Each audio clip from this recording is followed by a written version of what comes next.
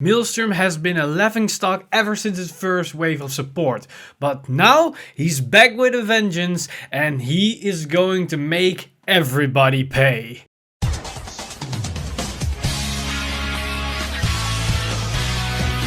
Stand up! Vanguard! Hey Cardfighters, welcome back to another Spotlight, and today we're gonna cover the new Aqua deck with the focus on Glory Maelstrom. A very interesting new VR grade 3 for Aqua that brings a new kind of win condition to the table that we haven't actually seen before in Vanguard, at least in this kind of shape. And there's a lot to talk about the deck, so without further ado, let's jump right into this spotlight, as there are a lot of interesting things about this specific Aqua spotlight. For this spotlight, we concocted a list that contains 9 grade 3s, 12 grade 2s, 12 grade 1s, and 17 grade 0s. For this list, we run 4 copies of Bluestorm Supreme Dragon Glory Maelstrom. Of course, this is your main boss monster and the one that's gonna give you most of your victories, so you want to ride into this target the most consistently, so that's why we run 4 copies. But we also run 3 copies of the old Maelstrom, Bluestorm Dragon Maelstrom, and this is basically a setup ride target for Glory Maelstrom, as soon as we need to have a Maelstrom in the soul,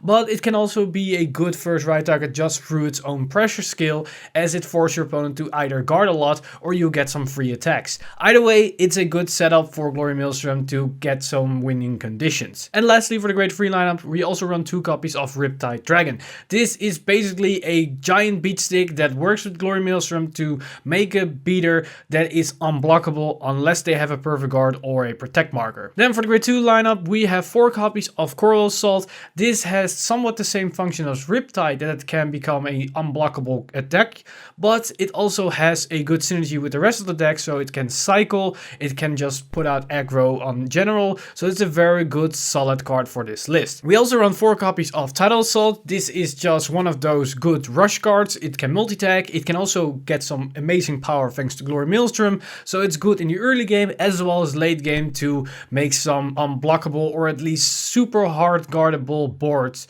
that comes with a lot of attacks. And lastly, for the grade 2 lineup, we run 4 copies of Marine General of the Restless Algos. This is basically a different version of Tidal Assault, only we can use it in some other aspect, and it can also be a very good grade 2 ride target, as it has a Vanguard skill that helps with early rush. But we also have a grade 1 in this list that helps with consistency and some deck filtering, as they can search out for this card, so we have some good synergies as well. Then for the grade 1 lineup, we run 4 copies of Storm Rider Nikoloz. This is basically the grade 1 that I just referred to, as it can help you search out for Algos. So some deck filtering, also more consistent options for riding up to your grade 3 without G assisting. So it's overall a very solid unit. Then we also run 3 copies of Tidal Assault, another very good grade 1 ride target, as it is basically a +1, but at the same time it can also help with setting up boards in the late game, as you can just switch units around, maybe enable some multi-attacking or some setup field for later down the road. Then we also run 3 copies of Tyrannite Theo.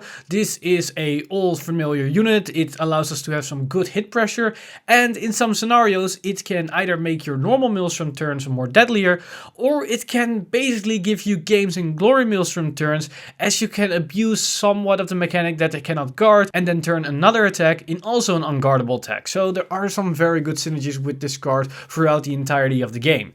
Then lastly of the grade 1s, we also run 2 copies of Calm Assault. This is basically a very good utility unit. Not only does it enable you to turn attacks into unguardable attacks, but it can also help you when your opponent just hit a defensive trigger to still allow you to hit them on those 2 attacks. So overall, a very good versatile unit. Then for the grade 0s, of course, we run the only starter for Aqua that is Officer Cadet Eric, and for the triggers, we run 4 heals, 8 fronts, and 4 draw RPGs. The main focus of this deck is to unleash a powerful barrage of unguardable attacks fueled by Glory Maelstrom's skill. This is mainly done thanks to powerful restanders on hitters and good old-fashioned beat sticks. This deck has a lot of potent combos. from the early grade 2 rush play with Tidal Assault and Algos to the late game combos where we use cards like Theo and Wheel Assault to unleash more unguardable attacks that wouldn't be possible to the untrained eye. But instead of showing all possible combos, let's talk about how we can utilize each and every card, so you might even find a different use for them. Let's start with addressing the big elephant in the room, Glory Maelstrom. You want to create numbers that are as high as possible and ideally 20k and above your opponent's power to make it impossible for them to guard your attacks. So against Force you want to attack for 28k or 33k and above, and against Accel and Protect you want to go for 27k or 32k and above. You have two units that can easily reach these numbers without Accel markers, but with the help of the Accel marker power and some other skills, you can attain this level on more than just those two units. You can conclude that Glory is a second right target because you need a 10k power. However, it can even work as a first right target, as you can still generate high enough numbers to hit over that 20k threshold with the same two units. Also, this is where the fronts can come into play. But we also have the old Maelstrom in this deck, and not only just for the skill condition of Maelstrom, but also for the fact that it does synergize with the deck. Your opponent doesn't want to let Maelstrom to restand, and now more than ever, as they want to sit at a low damage count for a glory turn. But that can mean that they are forced to either guard with a lot of grade 1s and grade 2 cards to save their high defense cards, or they are forced to ditch more triggers, which means the chance that they can guard your glory turn will drop. Either way, it's a win-win for you. Most units speaks for themselves. We have Riptide that can become a 32k to even a 52k unit without a boost, meaning it's almost always a damage or force a perfect guard from your opponent. Same as for Tidal Assault, which can become a 24k to 44k.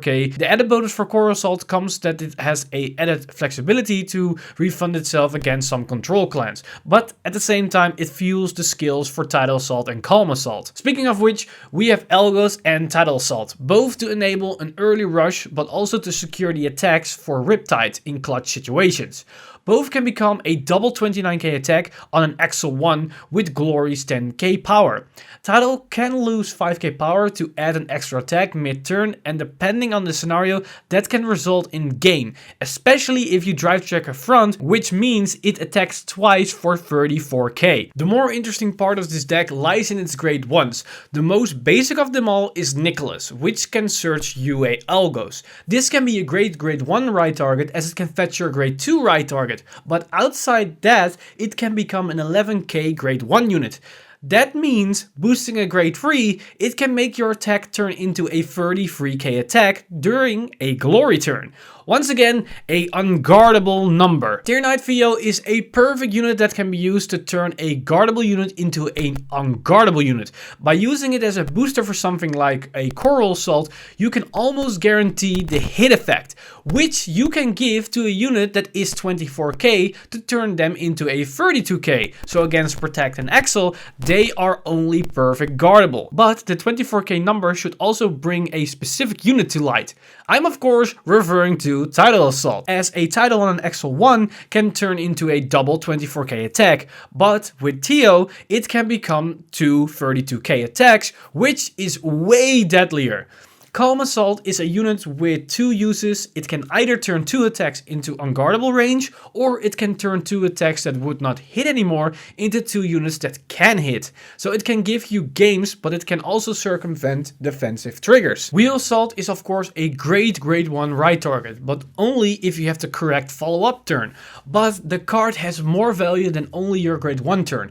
Its ability to switch two units can be amazing during a glory turn, as you can put a grade 2 on the front row, then use Glory skill to give it 10k power, then move it to the back row and call something like a Riptide that doesn't need a power boost. Then mid combo, you can switch to grade 2 with another restand unit on the Accel circle to generate another unguardable attack with the limited space you have. So far we talked about a lot of card tactics and how we can use them to create the ideal numbers. But don't forget, we run 8 fronts in this build. And in most cases you want to attack with your Vanguard first, so if you're a little bit lucky, you can even change the least threatening units into deadly attacks, so a grade 1 unit on an Accel 1 marker can turn from a 28k attacker into a 38k attacker. So keep that in mind, you have endless ways to create powerful boards, some with skillful mastery and some with a little bit of luck. Normally we don't talk about the type of gift markers as it is more depending on the player than the type of deck. However, as you have seen, this deck is all about creating the correct numbers to make your own win condition. This can mean that the right answer is Accel 1.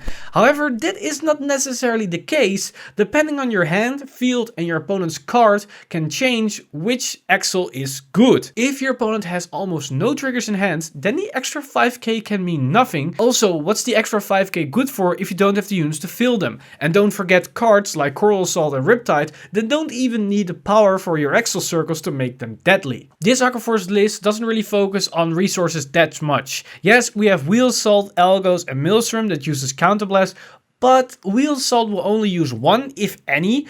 You won't use the OG Maelstrom skill in most fights. That leaves us with Glory and Algos, and they are basically the major users of your Counterblast. But even then, you should be fine without counterchargers.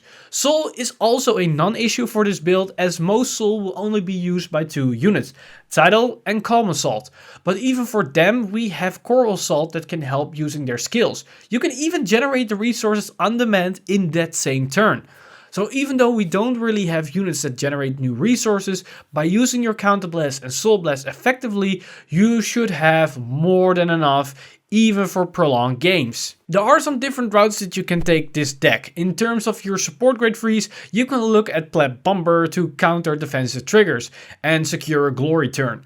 For grade 2s, you can instead of the multi-tech package, go for the power units like Shotgun Assault and Basil. For grade 1s, you can play Influent Dagger to have a potential strong attacker with glory, and it synergizes with Wheel Assault. But if you want a bit more resources, then Light Signal Penguin Soldier might be a good option as well. In terms of triggers, you can go for more crits if you are a fan of pushing faster in the early game, but a crit only powers 1 unit that can be stopped by a single perfect guard. A front can power up multiple units, so keep that in mind when deciding on your trigger lineup. This new Maelstrom deck is something unlike we've seen before. This brings a whole new meaning to the unstoppable navy that is Aquaforce. Thanks to Glory Maelstrom, this deck is able to defeat your opponent even if they have a sizable hand. And with the right commander piloting this deck, you can take wins even from the most defensive decks out there. And with that, we conclude this Aquaforce list for Maelstrom. As we've seen, this is a very interesting new approach to the list for Aquaforce, as yes, it does focus on multi-attacking and a little bit on power, but unlike just overwhelming your opponent with a lot of attacks where they need to deplete every single resource from their hand and then push them over the edge and then give them 6 damage, this deck is more about just hitting for high enough numbers where even though your opponent has 20 cards in hand, they still cannot guard your attacks because they are not allowed to guard them. But that's basically everything for this Aquaforce Spotlight. Let me know in the comments down below all your thoughts and opinions about this new approach for Aquaforce. Do you like this new way of playing Aquaforce with the Maelstrom with this new guard restrict? Do you like about this high powered multi-attacking more than just multi-attacking with lone poking numbers? So let me know all your thoughts and opinions in the comments down below and share your approach to this deck list, as there are some different ways to build the deck than just the ways that I described in this video, as we still have the Blue Wing package and you could incorporate that with Maelstrom. So I'm curious of what you guys can concoct up with all the cards that we have available for Aquaforce. As always, I want to thank my supporters over at Patreon for making this video and basically everything happening on this channel. You guys are amazing. If you do want to support the channel and everything that's happening on the channel, then head over to patreon.com/VanguardInsider and become a Patreon today. But with that said, I'm Mr. Time Leap and I see you guys in the next one.